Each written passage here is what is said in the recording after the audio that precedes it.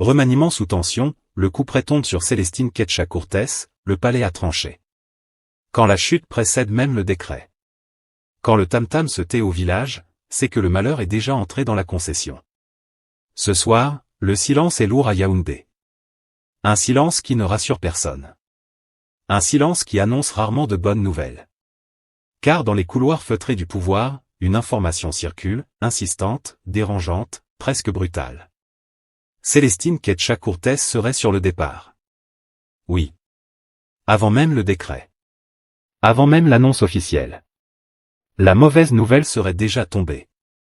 Sur Camé News, nous ne parlons pas de rumeurs de quartier. Nous parlons des murmures du palais, de ces informations qui sortent quand les décisions sont déjà scellées, mais que le peuple n'est pas encore censé savoir. Et au Cameroun, quand une mauvaise nouvelle fuit avant le remaniement, c'est que le sort est presque toujours décidé. Ne partez surtout pas. Car ce reportage va vous plonger dans un monde où rien n'est laissé au hasard. Un monde de calculs politiques, de loyauté mise en scène, et de secrets bien gardés derrière les hauts murs du pouvoir. Ici, chaque geste compte. Chaque sourire est suspect. Chaque apparition publique devient un message codé. Et non, ce n'est pas une simple information administrative. Ce n'est pas non plus une affaire banale de remaniement. C'est une révélation politique.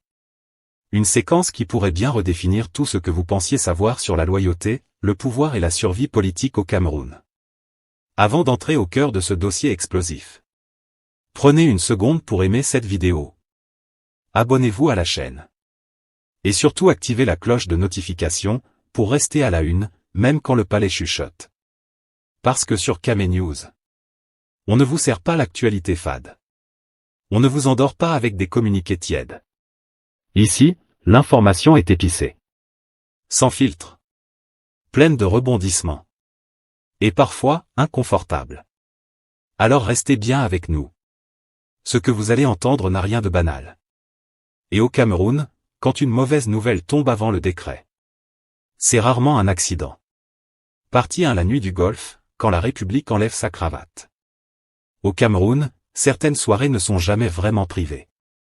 Surtout quand elles se déroulent au Golfe, là où le pouvoir se détend, mais ne se déconnecte jamais vraiment. Ce soir-là, ce n'était pas seulement le passage à la nouvelle année que l'on célébrait. C'était aussi, sans le dire, la survie politique, la peur du lendemain, et l'art bien camerounais de se faire voir au bon moment, au bon endroit. Bienvenue dans la nuit du Golfe, là où la République enlève sa cravate, mais garde l'œil ouvert. Un décor feutré, mais lourd de symboles. La résidence présidentielle du Golfe n'est pas un lieu anodin. Ce n'est pas une salle des fêtes comme les autres. Chaque geste y est interprété, chaque présence y est notée, chaque absence y est commentée. Être invité au Golfe, c'est déjà un message. Être vu au Golfe, c'est encore mieux. Être remarqué au Golfe, c'est un signal politique. Ce soir-là, la musique joue, les lumières brillent, les coupes teintent. Mais derrière l'ambiance festive, les calculs tournent à plein régime. 2 silhouettes sous les projecteurs. Parmi les invités, 2 femmes attirent particulièrement l'attention.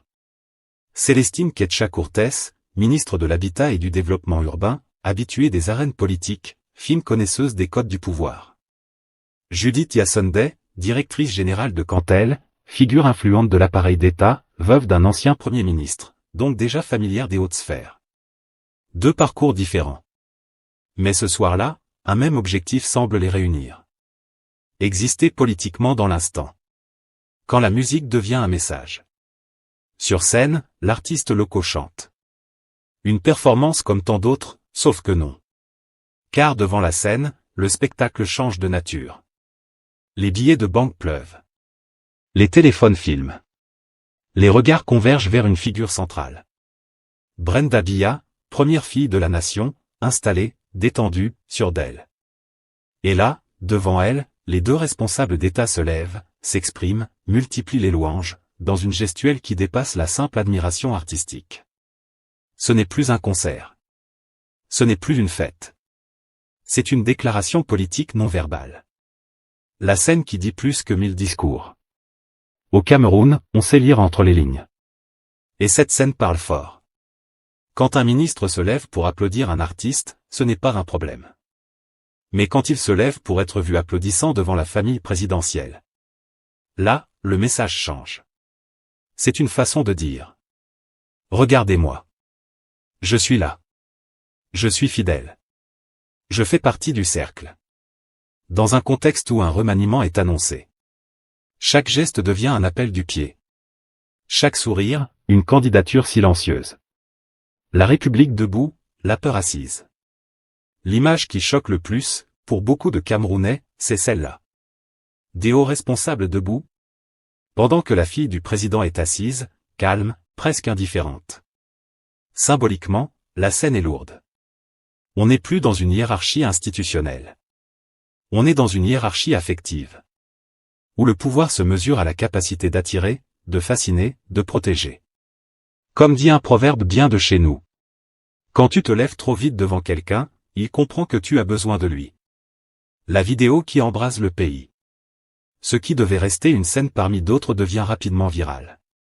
En quelques heures, la vidéo quitte le Golfe pour envahir les téléphones des Camerounais. Les images circulent plus vite que les communiqués officiels. Et très vite, le peuple fait ce qu'il sait faire de mieux. Analyser sans filtre. Les questions fusent. Que font exactement ces responsables? Pourquoi tant d'excès? Et surtout, pourquoi maintenant? Une soirée, 1000 interprétations. Chacun y va de sa lecture. Pour certains, ce n'est qu'une fête. Pour d'autres, c'est un manque de dignité. Pour beaucoup, c'est le symptôme d'une classe dirigeante sous pression. Car au Cameroun, quand le sommet annonce un remaniement, les nerfs lâchent. Les comportements changent. Les masques tombent. Et cette soirée devient alors un miroir grossissant des angoisses du pouvoir. Quand la fête révèle la fragilité. Ce que cette partie 1 nous montre, ce n'est pas seulement une soirée du Nouvel An. C'est un moment de vérité politique. Un instant où la République, fatiguée, laisse apparaître ses fissures. Un moment où le décor festif ne parvient plus à cacher la peur du décret. Comme on dit chez nous. Même quand le tam-tam joue fort, le cœur inquiet entend autre chose. Un décor planté pour la suite. Cette nuit du Golfe n'est que le début de l'histoire. Car derrière cette scène se cache des décisions déjà prises. Des carrières menacées. Et un remaniement qui s'annonce plus profond qu'il n'y paraît. Partie de la loyauté précisément ce que Kamé News va continuer à décrypter. Sans Cameroun, la loyauté politique est toujours excessive. Mais ce que nous voyons aujourd'hui, s'attire une nouvelle forme de loyauté. La loyauté démonstrative.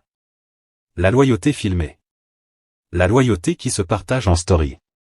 Autrefois, on prouvait sa fidélité au pouvoir par le travail discret, par la discipline, par le silence. Aujourd'hui, certains semblent croire qu'il faut en faire trop. Comme si la politique était devenue un concours de flatterie grandeur nature. Et cette scène du Nouvel An au Golfe en est l'illustration parfaite.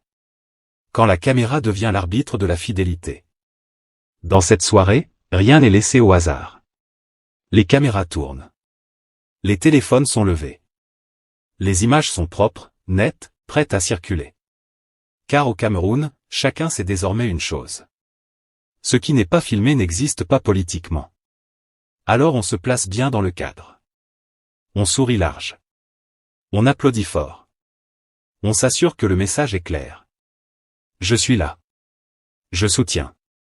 Je suis fidèle. Mais fidèle à quoi? À un programme? À une vision politique? Ou simplement à une personne, à un nom, à un cercle? La famille présidentielle comme centre de gravité. La scène révèle surtout une réalité que beaucoup préfèrent taire. La famille présidentielle est devenue un pôle d'attraction politique. On ne se contente plus de plaire au chef. On cherche désormais à plaire à son entourage. À être vu, reconnu, apprécié par ceux qui gravitent autour du sommet. Dans cette logique, la première fille devient presque un symbole de protection politique. Un passage obligé pour ceux qui craignent le grand ménage à venir. Comme on dit chez nous. Quand tu ne peux pas entrer par la grande porte, tu essaies la fenêtre. La flatterie excessive, quand le message devient trop visible.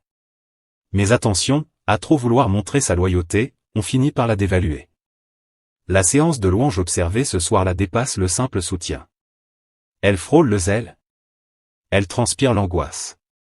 Elle sent la peur du lendemain. Au Cameroun, le peuple a l'œil. Et quand il voit un ministre se transformer en fan surexcité, il ne voit pas de la fidélité.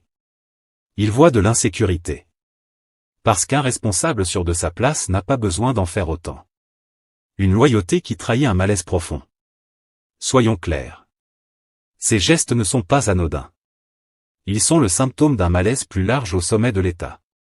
Le malaise d'une élite qui ne sait plus sur quoi repose sa légitimité. Le malaise d'un système où le bilan n'est plus une garantie. Le malaise d'un pouvoir où tout peut basculer à tout moment. Quand le remaniement approche, les masques tombent. Certains deviennent silencieux. D'autres deviennent trop visibles. Et souvent, ce sont les seconds qui inquiètent le plus. Le miroir tendu à la République. Cette scène pose une question dérangeante. Quelle image donnons-nous de la République? Un ministre est censé incarner l'État. Pas un public de concert en quête d'attention. Quand la frontière entre la fonction et le spectacle se brouille. C'est l'institution elle-même qui se fragilise. Car le peuple observe. Et il retient une chose simple. S'il se comporte ainsi devant la famille du chef, comment se comporte-t-il loin des caméras? Loyauté ou opportunisme, le grand flou. La grande confusion vient de là. On ne sait plus distinguer la loyauté de l'opportunisme. Être loyal, c'est servir l'État. Être opportuniste, c'est servir sa carrière. Et dans cette scène, beaucoup de Camerounais ont eu l'impression de voir des carrières en panique. Pas des responsables sereins. Comme dit un proverbe bien de chez nous. Quand tu cours trop pour saluer le chef, on se demande ce que tu as à te reprocher. Une leçon politique pour les générations futures. Cette vidéo restera comme un cas d'école. Un exemple parfait de ce qu'il ne faut pas faire quand la République vacille. Elle enseigne une leçon simple. La loyauté ne se crie pas, elle se prouve. Le respect ne se mendie pas, il s'impose. À force de confondre gouvernance et mise en scène, on finit par affaiblir ce qu'on prétend défendre. Quand la peur guide les gestes. Au fond, tout cela raconte une seule histoire. La peur du déclassement. Perdre un portefeuille ministériel au Cameroun. Ce n'est pas seulement perdre un poste. C'est perdre un statut. Une protection. Un accès. Une voix. Alors certains tentent le tout pour le tout. Ils dansent. Ils applaudissent. Ils sourient plus que nécessaire. Mais comme on dit chez nous, quand tu trembles trop devant le chef, il sent ta peur. La loyauté en crise. Cette partie 2 nous montre une chose essentielle.